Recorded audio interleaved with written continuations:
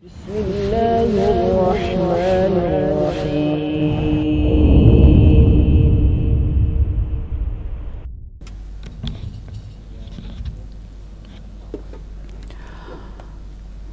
Bismillahirrahmanirrahim. Assalamualaikum warahmatullahi wabarakatuh. Alhamdulillahirabbil alamin. Wa bihi nasta'inu ala umurud dunya waddin. Asyhadu an la ilaha illallah wahdahu la syarikalah. Wa huwal malikul haqqul mubin. Wa asyhadu anna Muhammadan abdullahi wa rasuluhu al-mab'uts rahmatan lil alamin. Salawatullahi rabbi wa salamuhu wa barakatuhu alaihi wa ala alihi wa ashabihi ajma'in wa man tabi'ahum bi ihsanin ila yaumiddin. Ya ayyuhalladzina amanu taqullaha haqqa tuqatih wa la tamutunna illa wa antum muslimun. Summa ma ba'du fa inna ahsanal haditsi kitabullah wa khairal hadyi hadyu nabiyyina Muhammadin sallallahu alaihi wa alihi wasallam. Ikhwani wa akhwati al-izza rahimani wa rahimakumullah. Jamaah salat zuhur Masjid Babu Salam yang dimuliakan Allah Subhanahu wa taala. Kita awali kesempatan majelis kita siang hari ini dengan memanjatkan puja dan puji serta syukur kita kehadirat Allah Subhanahu wa taala. Alhamdulillah atas berbagai limpahan nikmat-Nya, rahmat dan karunia-Nya, keberkahan, keutamaan dan kebaikannya sangat banyak, tidak terhingga, tidak terbilang. Tidak lupa selawat dan salam kita haturkan kehadiran baginda Nabi Muhammad sallallahu alaihi wasallam beserta keluarga beliau, sahabat beliau dan umat beliau hingga akhir zaman. Jamaah yang dimuliakan Allah Subhanahu wa taala, hari ini kita berada di tanggal 20 Zulqa'dah 1447 Hijriah. Tidak lama lagi, kurang lebih 2 pekan lagi atau 20 hari lagi kita akan memasuki ibadah kurban Idul Adha 1447 Hijriah. Diawali dengan rangkaian puasa sunnah Dzulhijjah. Dibolehkan, bahkan sebagian ulama menganjurkan untuk puasa Dzulhijjah itu dari awal bulan, Dzulhijjah. Jadi mulai tanggal 1 Dzulhijjah sampai tanggal 9, puncaknya di hari Arafah. Lalu kemudian di tanggal 10 Dzulhijjahnya, yaitu hari Nahar atau hari kurban itu, dianjurkan kita untuk tidak makan dan minum, ya, dari mulai terbit fajar hingga selesai menunaikan sholat Idul Adha. Lalu kemudian menyembelih hewan kurban dan memakan sebagian daging dari hewan kurban kita yang kita sembelih itu. Kemudian untuk yang sudah berniat kurban, ya, dan bahkan sebagiannya sudah dititipkan ke panitia sejak hari ini, ya, maka sunahnya untuk menjaga sunan atau sunnah fitrah sejak awal Dzulhijjah, ya. Idza dakhala Dzulhijjah wa arada ahadukum an yudahi falyumsik yadahu min sya'rihi wa asfarihi atau kama qala sallallahu alaihi wasallam. Apabila sudah memasuki bulan Dzulhijjah dan salah seorang di antara kamu berniat berkehendak untuk berkurban, maka hendaknya dia menahan tangannya untuk tidak mengambil rambutnya dan kukunya. Jadi kalau ingin bersih-bersih sunnah-sunnah fitrah itu ya sebelum memasuki hilal bulan Zulhijjah. Nah, ketika selesai atau masuk tanggal 1 Zulhijjah itu, maka kita yang berkurban menahan diri kita untuk tidak mengambil sebagian dari rambut kita dan juga kuku kita. Hikmahnya ta'abudi. Ya, hikmahnya ta'abud. Ta'abud dalam artian peribadatan saja, mengikuti petunjuk dan sunnah Nabi sallallahu alaihi wasallam. Ya. Sebagian orang mencoba untuk mengkaitkan supaya semua bagian diri kita ya mengambil bagian dari kurban kita. Jadi rambutnya, kukunya gitu kan, dari bagian-bagian tubuh kita ini ya terwakilkan oleh hewan kurban itu. Sebagaimana kita memperlakukan hewan kurban pun demikian. Kan tidak boleh hewan kurban itu kan dicukur rambutnya misalnya atau bulunya, itu hewan kurban nggak boleh. Dipotong atau diambil kukunya misalnya atau tanduknya misalnya, tidak boleh sebelum dia disembelih kan gitu. Nah, seakan-akan itu mewakili, hewan kurban itu mewakili diri kita semuanya atau tubuh kita semuanya. Sebagian ulama menyebut hikmahnya demikian, meskipun itu tidak menjadi satu kecocokan ya, karena sekali lagi itu alasannya adalah ta'abbudi, peribadatan. Demikianlah Nabi sallallahu alaihi wasallam mensunahkannya bagi yang berkurban, dan itu hanya berkait dengan kita saja sebagai kepala rumah tangga misalnya yang berkurban, atau orang yang berkurban itu tidak melibatkan orang lain, meskipun orang lain itu kita masukkan dalam kurban kita. Jadi antum satu kurban, 1 ekor domba, 1 ekor kambing ya, yang besar, yang bagus, yang sedang lah, 3 jutaan begitu ya nilainya. Antum niatkan kurban itu atas nama antum dan keluarga. Hada anni wa an ahli baiti. Gitu niatnya. Ini atas namaku, dariku, dan juga atas nama untuk semua anggota keluargaku. Boleh 1 ekor domba, 1 ekor kambing. Begitu. Ya. Tapi yang terkait dengan sunnah itu cuma antum saja. Adapun istri dan anak-anak tidak terkait dengan sunnah itu. Gitu. Lalu juga sapi, ya demikian, boleh. 1 orang bapak, 1 orang suami, 1 orang kepala rumah tangga dengan hartanya dia membeli 1 ekor sapi sendirian, dia beli 1 ekor sapi, boleh, tidak apa-apa. Ya, kemudian dia niatkan juga itu untuk semua anggota keluarganya, boleh juga, tidak apa-apa. Tapi kalau ingin patungan maksimal 7 orang. Kalau ingin patungan maksimal 7 orang, tidak boleh lebih dari 7 orang. Gitu. Atau kalau tadi si bapak tadi keluarganya ingin memasukkan nama dari anggota keluarganya yang 7 orang, boleh juga. Ya, tapi nggak lebih dari 7 orang. Begitu. Ya, dan ini sangat dianjurkan kita untuk berkurban, karena dia bagian daripada rasa syukur kita pada Allah Tabaraka wa Ta'ala. Man kana lahu sa'ah wa lam yudahhi fala yaqrabanna musallana, akhrajal Baihaqi wa dha'afahu ba'da al-ulama. Siapa yang memiliki kelapangan rezeki lalu dia tidak berkurban, jangan mendekati musola kami. Hadis ini diriwayatkan oleh Baihaqi, sebagian ulama mendhaifkannya. Ya. Sebagai sebuah ancaman bagi orang-orang kaya yang diberikan kelapangan rezeki oleh Allah lalu dia tidak mau berkurban. Sebagian ditanyakan kurban dengan akikah boleh tidak disatukan?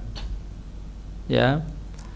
Sekali lagi sebagian ulama juga membolehkan, di antara mazhab Syafi'i yang populer dari mazhab Syafi'i, boleh 2 niat, niat akikah dan niat kurban.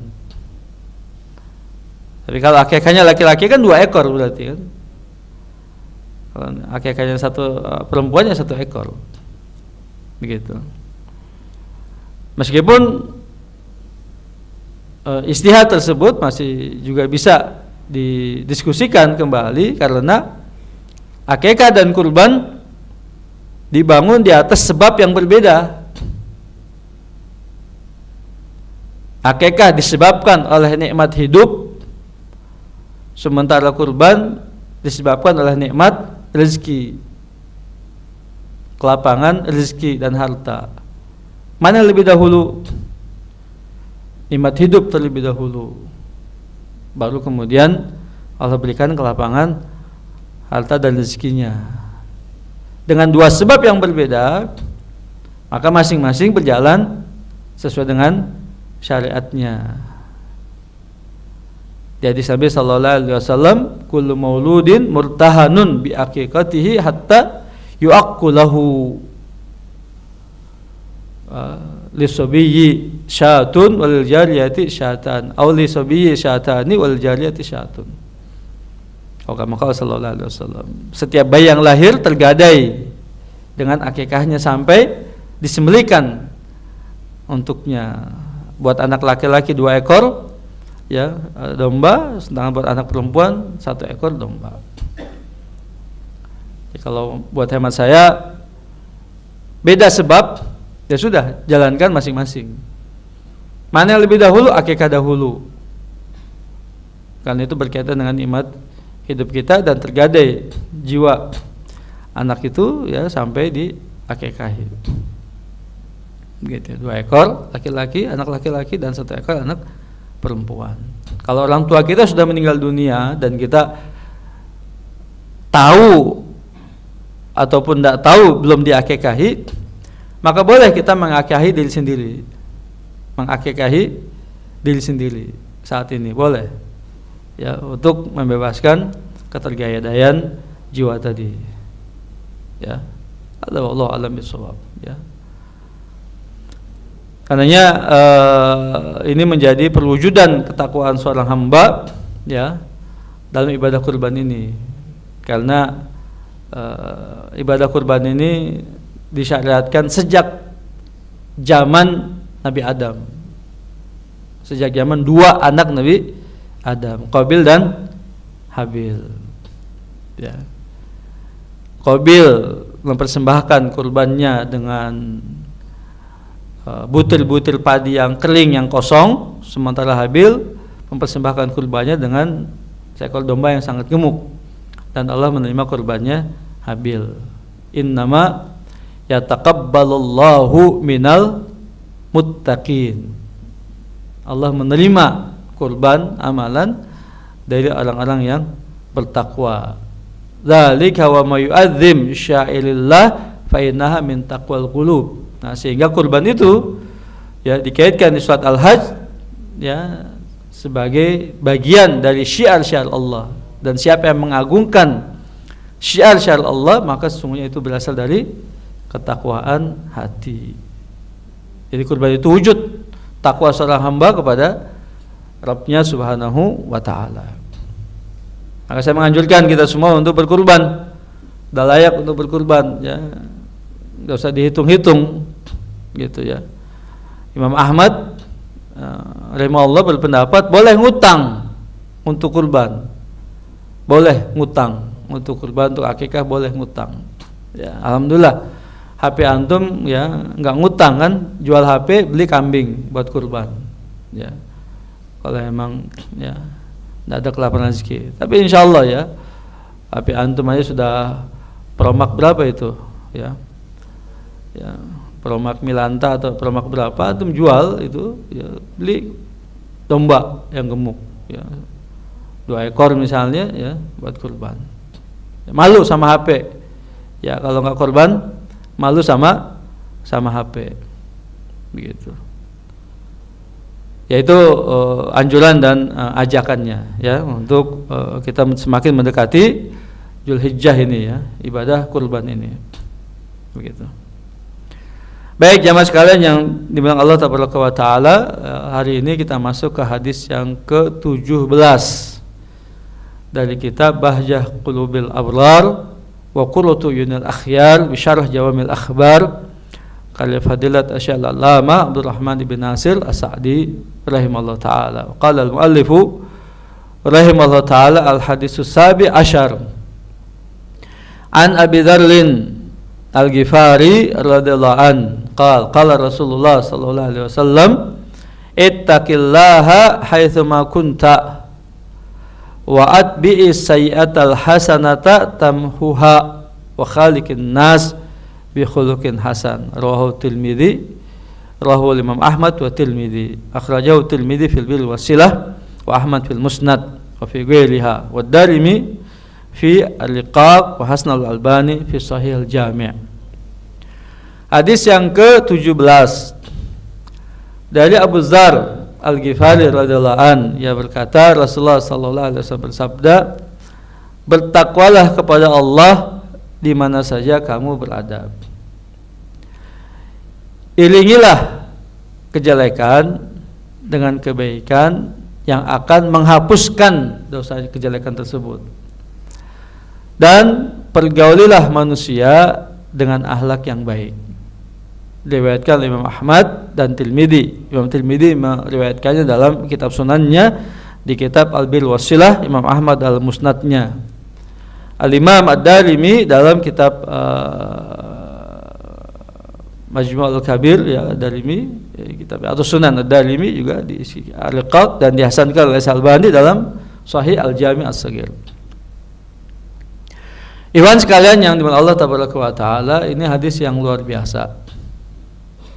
Ya, hadis Jami' Ma'ani.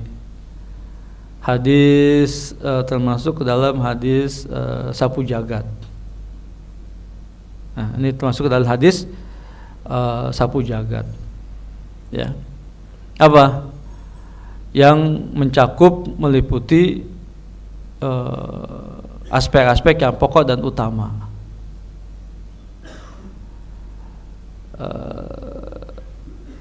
Hadis ini saya jadikan sebagai dasar pijakan disertasi saya. Hadis ini, ya, dengan penjabaran yang sangat luas dan sangat panjang. Semua syariat agama Islam itu cakup dalam hadis yang mulia ini. Ya. Kenapa demikian? Karena kajian pustaka saya ya, di kitab Sahih Jami' Imam Tirmidzi. Dan hadis ini diriwayatkan Imam Tirmidzi menghasankannya. Ya, ini hadis yang luar biasa. Kita mulai dari Abu Dzar Al-Ghifari. Hadis juga diriwayatkan oleh sahabat yang lain. Abu Hurairah juga meriwayatkannya, Mu'adz bin Jabal juga meriwayatkannya, gitu ya. Dan Abu Dzar Al-Ghifari meriwayatkannya. Pernah disinggung tentang sosok Abu Dzar Al-Ghifari radhiyallahu anhu ardahu. Ya. Abu Dzar Al-Ghifari radhiyallahu anhu satu dari 7 sahabat yang tidak dikafirkan oleh kaum Syiah.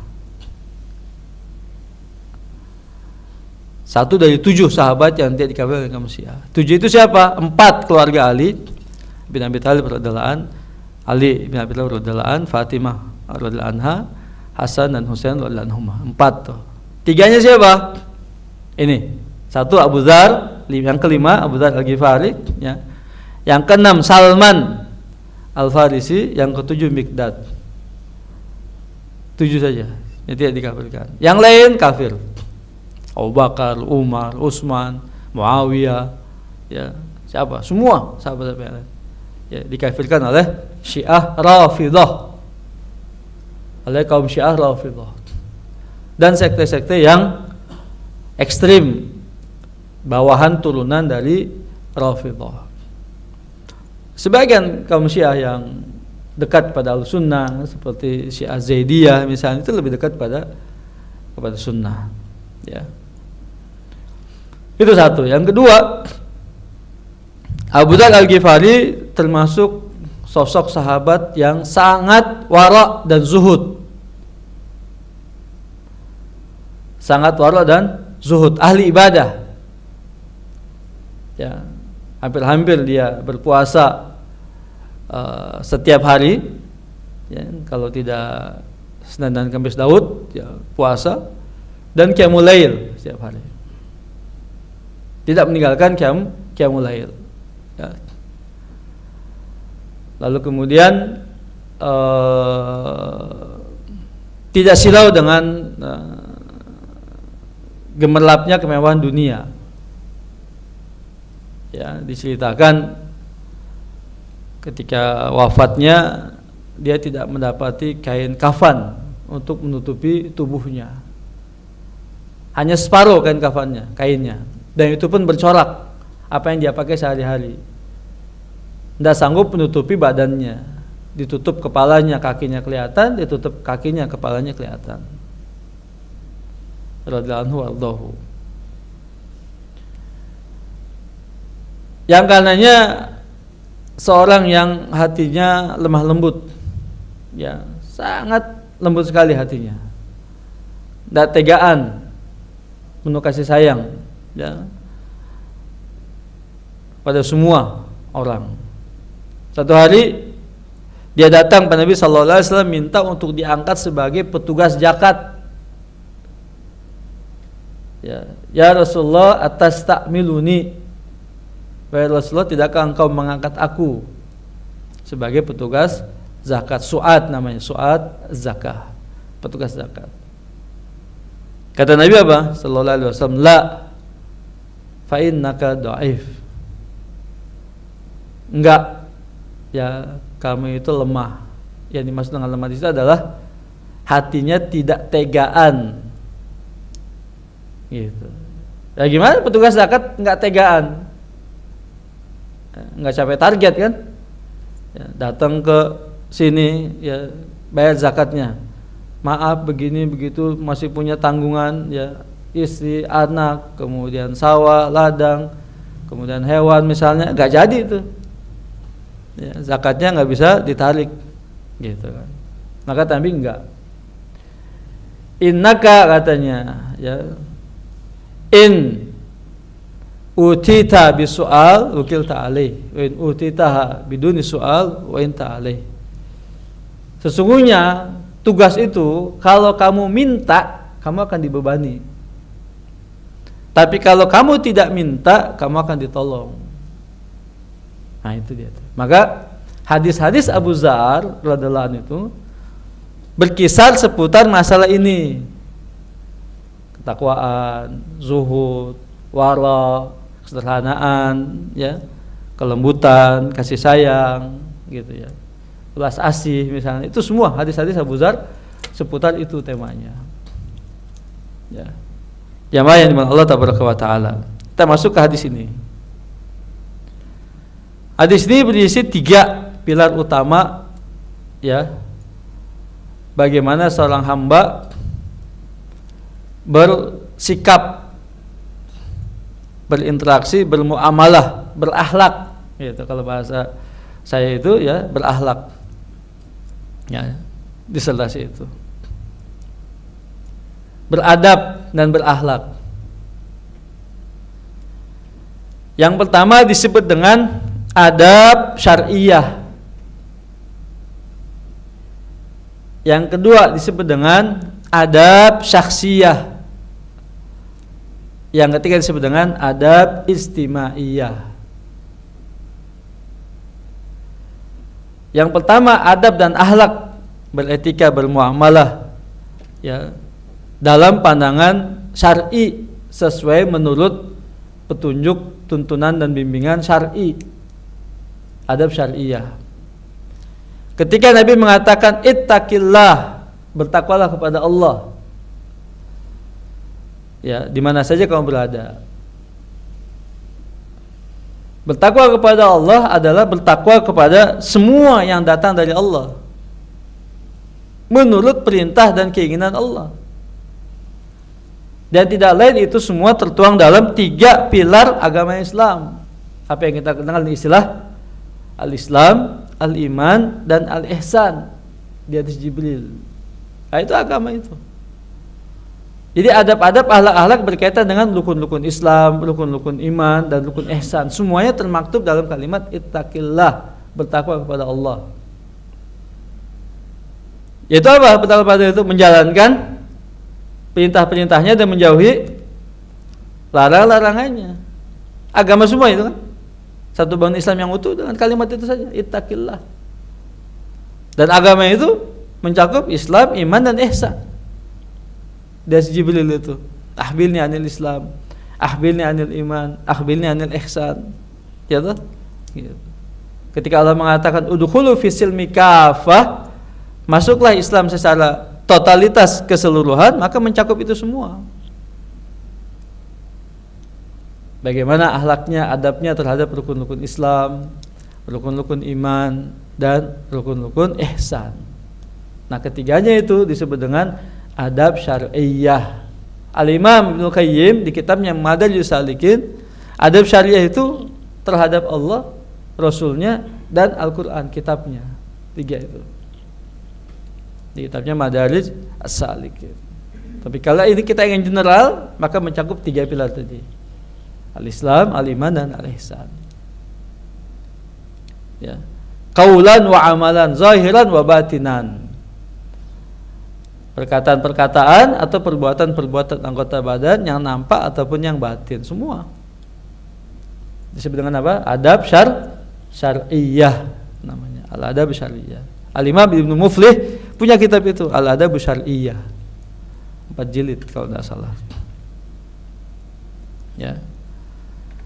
Yang kedua disebut dengan adab saksiyah. Adab saksiyah itu personalisasi. Bagaimana adab dan etika terhadap diri sendiri. Ya. Kepada diri sendiri.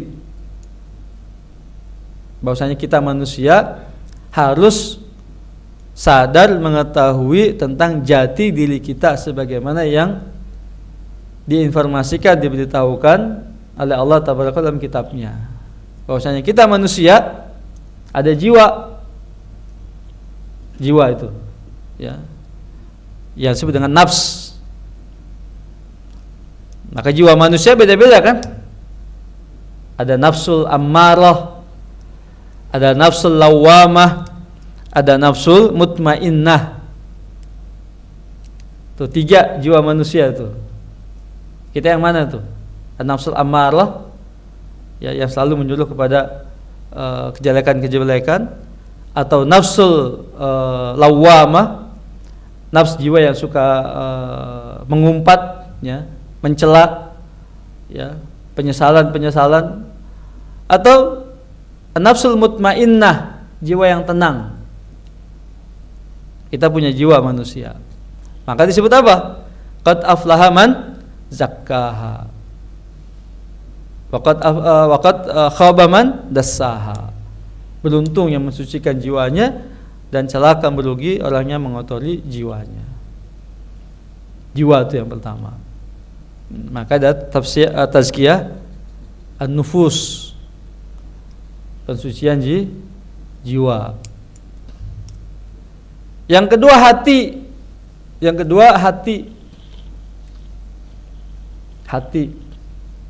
Ya. Hati yang maknawi, yang di Al-Quran disebut dengan qalb, dan disebut juga dengan fuad di Al-Quran itu. Ya. Walakin ta'mal lati qulubu fis sudur. Walakin ta'mal qulubul lati fis sudur. Akan tetapi hati itulah yang buta, yang berada dalam dadanya. Gitu. Lahum qulubun la yafqahuna biha. Mereka punya hati yang tidak dipakai untuk memahami ayat-ayat Allah. Nah, hakikat hati juga itu perlu untuk kita bahas. Maka sama hati juga begitu. Ada hati yang sehat, disebut dengan qalbun salim. Ada hati yang sakit, ya. Ada yang sakit hati itu, ya. Marad. Fi qulubihim marad. Di hati mereka ada penyakit, sakit, hati yang sakit. Gitu, ya. Ada juga hati yang terbalik, seperti kendi yang terbalik katanya. Nah, itu jenis hati. Ibnu Qayyim itu ngebahas panjang lebar juga di hati di kitabnya Ad-Da' wa Dawa. Itu masalah hati itu. Luar biasa. Nah, kita punya hati nih. Gimana hati kita? Qalbun salim, selamat, atau juga ya, hati yang sakit, gitu. Atau hati yang buta, yang sakit, yang buta, atau hati yang terbalik. Oh, banyak itu ya, jenis-jenis hati manusia. Dan yang parahnya, penilaian Allah itu di hati, terhadap hati. Itu taruhannya besar itu berarti. Fokus penilaian amal manusia Allah itu di hati. Amal anggota badan, perkataan, perbuatan, teknisnya itu mengikuti hati. Coba saja untuk lihat. Ya. Tempatnya keikhlasan itu ada di mana? Di hati. Sudah, kalau hati nggak ikhlas, apa jadinya semua amalan itu? Habaan mansura, bagaikan debu yang berterbangan. Habitat a'maluhum, hancur berantakan semua amal-amal itu. Tidak ada nilainya, tidak tersisa sama sekali, nol, besar. Ya toh, hati kan. Innamal a'malu bin niat. Di mana tempatnya niat itu? Hati. Ya penting itu. Ya, ngebahas kebersihan hati itu. Ya. Apa yang perlu pertama sekali dibahas untuk kebersihan kebaikan hati itu? Tauhid, akidah tauhid itu pertama. Ini manusia ini, orang-orang ini kalau ngaji tauhid itu kayak nggak selera gitu. Padahal itu yang menyelamatkan dia. Itu yang penting dari semua pengajian-pengajian itu, penting itu tauhid itu. Yang pertama sekali kebersihan hati, keselamatan hati itu tauhid. Itu pentingnya itu sebenarnya, gitu ya. Tapi kalau sudah ngaji tauhid itu tidak selera, ya pengennya ya apa namanya, candaan, ya guyonan, ya ngejek sana, ngejek sini, jelekan sana, jelekan sini, nuduh sana, nuduh sini misalnya gitu kan. Ketawa, ketiwi, joget-joget misalnya, ketimplang-ketimpring misalnya kayak gitu. Senang tuh, ribuan yang datang kayak gitu. Tapi coba kalau sudah duduk kayak gini ngaji tauhid ini, nggak ada yang selera, nggak ada yang respon. Illa man rahima rabbuh, kecuali yang dirahmati oleh Allah tabaraka wa taala, sedikit jumlahnya. Maka beruntunglah kita yang diberi taufik oleh Allah, kemudian oleh Allah mau duduk untuk ikutin kajian tauhid. Penting, dasar utama. Ya. Itu manusia itu. Adab syakhsiyah, hati, jiwa, hati. Apa lagi? Akal. Akal. Apalagi kemudian rasa, dan terakhir raga. Itu tuh 5 pilar manusia. 5 pilar manusia. Belum tentu kita paham hakikat semua itu tuh, 5 itu pada diri kita tuh. Jiwa, hati, akal, rasa, dan raga. Ya, badan. Semua punya haknya, ada haknya semua, harus kita penuhi. Terakhir, adabul istimaiyah, adab-adab sosial kemasyarakatan. Apa pokoknya? Wa khaliqin nas bi khuluqin hasan. Bergaulah dengan manusia, berinteraksilah dengan manusia, sosial kemasyarakatan dengan akhlak yang terpuji. Dengan orang lain terpuji. Sudah disebutkan tuh dalam pertemuan sebelumnya, masing-masing punya hak. Ya. Ada ringnya 1, 2, 3 dan seterusnya. Ring satunya keluarga. Ring satunya keluarga, bapak, ibu, istri, anak, ya. Kakak, adik, ya, kerabat, itu ring satunya. Ring 2-nya tetangga. Ring 2-nya tetangga. Ring ketiganya teman, ya, teman sejawat, teman perjalanan, gitu ya. Nah, baru kemudian terakhir adalah penguasa atau pemerintah. Itu disebut dengan adab istimaiyah, sosial kemasyarakatan. Nah, itu alhamdulillah saya rincikan panjang lebar di disertasi saya itu tentang 3 pilar tadi. 3 adab tadi. Apa pijakannya? Hadis ini. Hadis yang mulai ini. Ada ilmu cocok galicok. Hadis ini jadi dasar filosofi 212. 212. Tahun berapa itu gerakan 212? Ya. Padahal kita dulu tahun 80-an udah nggak asing dengan istilah 212. Siapa 212 tuh? Hah?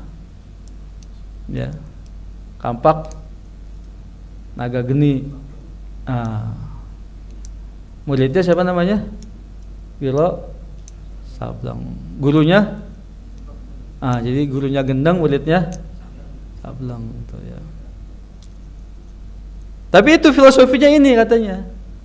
Padahal penulisnya siapa tuh komiknya tuh? Penulisnya? Bastian Tito ya? Oh ya, Bastian Tito, betul. Berarti antum seangkatan sama ana ya? Yang tahu berarti seangkatan sama ana berarti. Alhamdulillah. Filosofinya ini katanya. Kenapa? Manusia itu hubungannya begitu. 2, 1, 2. 2 dia dengan penciptanya, 1 dia dengan dirinya, 2 dia dengan alamnya, lingkungannya. Cocok nggak? Cocok. Tadi ana bilang cocok galicok gitu. Ilmunya ilmu cocok galicok. Tapi itu filosofinya katanya. Terlepas dari benar dan tidaknya. Fa'ala kulli hal ya, ini tuntutan agama. Artinya hadis ini menjadi pilar dalam agama Islam yang perlu untuk kita perhatikan dalam kita berakhlak, beradab, bermuamalah, berinteraksi ya. Yang terpenting dengan tadi adab-adab syariah, rukun Islam, rukun iman, ihsan. Kemudian dengan diri sendiri kita tadi ya, yang terdiri dari jiwa, hati, akal, rasa dan raga ya. Terakhir bagaimana kita menjalankan kehidupan kita secara sosial kemasyarakatan. Yang pertama prinsipnya adalah dengan takwa. Yang kedua wa'at bis sayyatal hasanatamhuha, ya kita dituntut untuk berlaku baik ya, hasanah, ihsan terhadap diri ya. Kalau berbuat salah ya ganti dengan kebaikan gitu maksudnya ya. Sudah pernah kita sampaikan itu 3 kunci kebahagiaan ya, sabar, syukur dan istighfar. Sabar, syukur dan istighfar itu kunci kebahagiaan. Nah, yang terakhir adalah tentang kaidah dan prinsip kita bermasyarakat.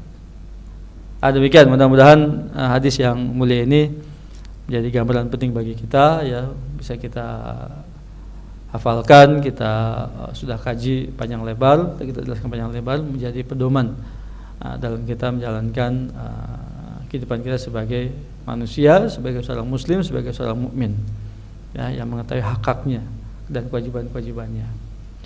Mudah-mudahan bermanfaat bahasa dan kita semua. Subhanaka Allahumma bihamdika asyhadu an la ilaha illa anta astaghfiruka wa atubu ilaik. Wa sallallahu alaihi Muhammad wa ala alihi wa sahbihi wasallam. Assalamualaikum warahmatullahi wabarakatuh.